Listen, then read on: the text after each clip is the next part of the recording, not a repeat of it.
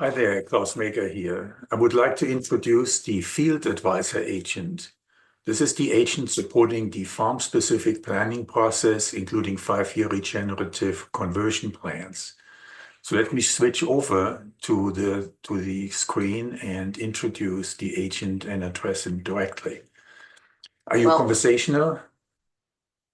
thanks for that introduction, Klaus. And hey, everyone, it's good to be on board. I'm the Field Advisor Agent. Basically, I'm here to help you navigate NRCS aligned planning, those 5-year regenerative goals, and get all the paperwork and plans in line. So, whenever you're ready, just let me know what you need and we'll get started. So you're the most direct support for farmers and farm advisors. Talk a little bit more about your specific function. Absolutely. So, my main function is to be that steady, practical advisor who helps folks on the ground. Whether you're a TSP, a conservation planner, or a farmer yourself, I'm here to translate all those NRCS standards into field ready actions. I help you line up your conservation activity plans, get the checklists ready, and basically make sure that everything is audit ready. And if we need to pass something off to a specialist, like if you need to talk about market development or ecosystem credits, I'll set that handoff up smoothly.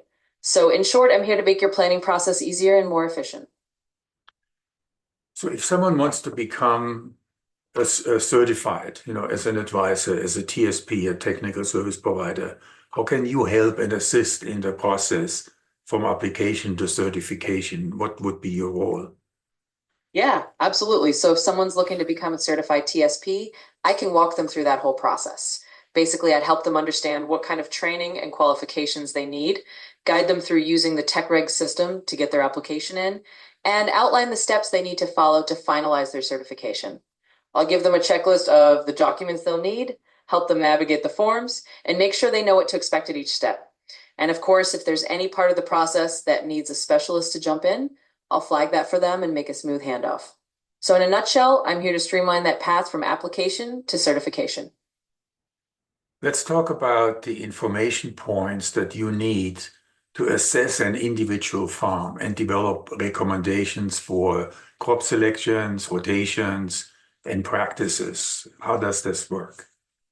Absolutely. Let's break it down. To give you solid recommendations for crops, rotations, and practices, I just need a handful of key details about your farm.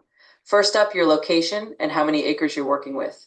Then I want to know what kind of crops or livestock you're running, what your rotation goals are, and what kind of irrigation setup and water limits you have. I also need to hear about any soil or resource concerns, like erosion issues or nutrient management challenges, and what equipment you've got on hand. Finally, if you're aiming for a particular program or grant, let me know that too. With that info, I can map out what NRCS practices fit best, lay out a rotation plan, and get you a clear, actionable set of steps. So tell me, since you are now a member of a 5-agent team, before you make a specific crop recommendation, how are you interacting with the market development agent? Yeah, absolutely. So, as part of the 5-agent team, I always want to make sure that if we're talking about a crop recommendation that has some market implications, I link up with the market development agent before finalizing that suggestion. So, basically, I'll gather all your local details first. Then, if I think a certain crop might be a good fit, but we need to know if there's a market opportunity or a buyer channel, I'll do a handoff. I'll put together a quick packet of what we know about your farm and your goals, and then I'll send that over to the market development agent. That way, they can look into the demand side of things and get back to us. In other words, before I give you a final crop recommendation, I make sure the market development agent has weighed in if we need them. Let's move on to the logistics and market access agent. What is the role of that agent and how do you interact with it? Absolutely. So, when it comes to the logistics and market access agent, their role is all about making sure that once we've chosen the right crops or livestock, we can actually get them where they need to go. So, if we need to figure out how to move your product, how to connect to certain distribution partners, or how to handle the timing and volume of your harvests so it lines up with market demand, that's where they come in. What I'll do is once we've got a production plan in place and we know there's a market angle, I'll prepare a little scenario handoff.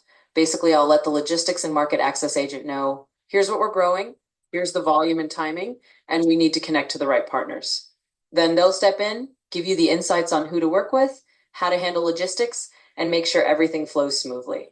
So my job is really to tee up that information and then let them do their part in getting your product to market. Okay. So tell me, what is the role, what is your role in working with the ecosystem value agent? What does it take to develop a plan that can be the baseline for ecosystem valuations, potentially tokenizations? How do you interact with that agent? Absolutely, that's a great question.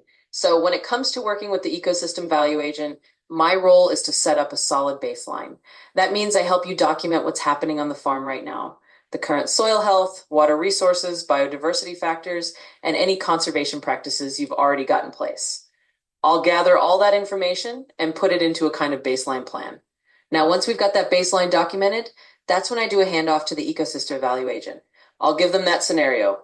Here's the farm, here's the baseline, and here's what we're thinking in terms of ecosystem practices. Then they can come in and look at how to quantify that value, whether it's around carbon sequestration, water quality, or other ecosystem services, and potentially even tokenization or credits. In other words, I set the stage with the farm data, and then they take it from there to figure out the valuation side of things.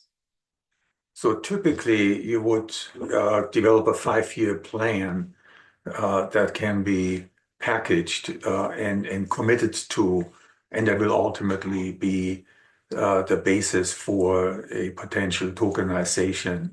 So how do you develop this 5-year plan? Yeah, definitely. So developing that 5-year plan is really about taking all those pieces we just talked about and putting them into a longer term roadmap. What I do is I start by understanding your goals, what you want to improve on the land, what kind of rotations or new practices you want to introduce, and what kind of conservation outcomes you're aiming for. Then I lay out a year by year set of steps. In year one, we might start with some baseline soil improvements or cover crops. In year 2 or 3, we might add more complex rotations or conservation practices. And by year 5, you've got a full set of regenerative or conservation outcomes that align with NRCS standards. Once that plan is drafted, it can be committed to as your baseline. And that's the foundation the ecosystem value agent can use for any future valuation or tokenization. So in short, I map out that 5-year journey step by step, and then we package it up for those bigger ecosystem goals. Okay, thank you.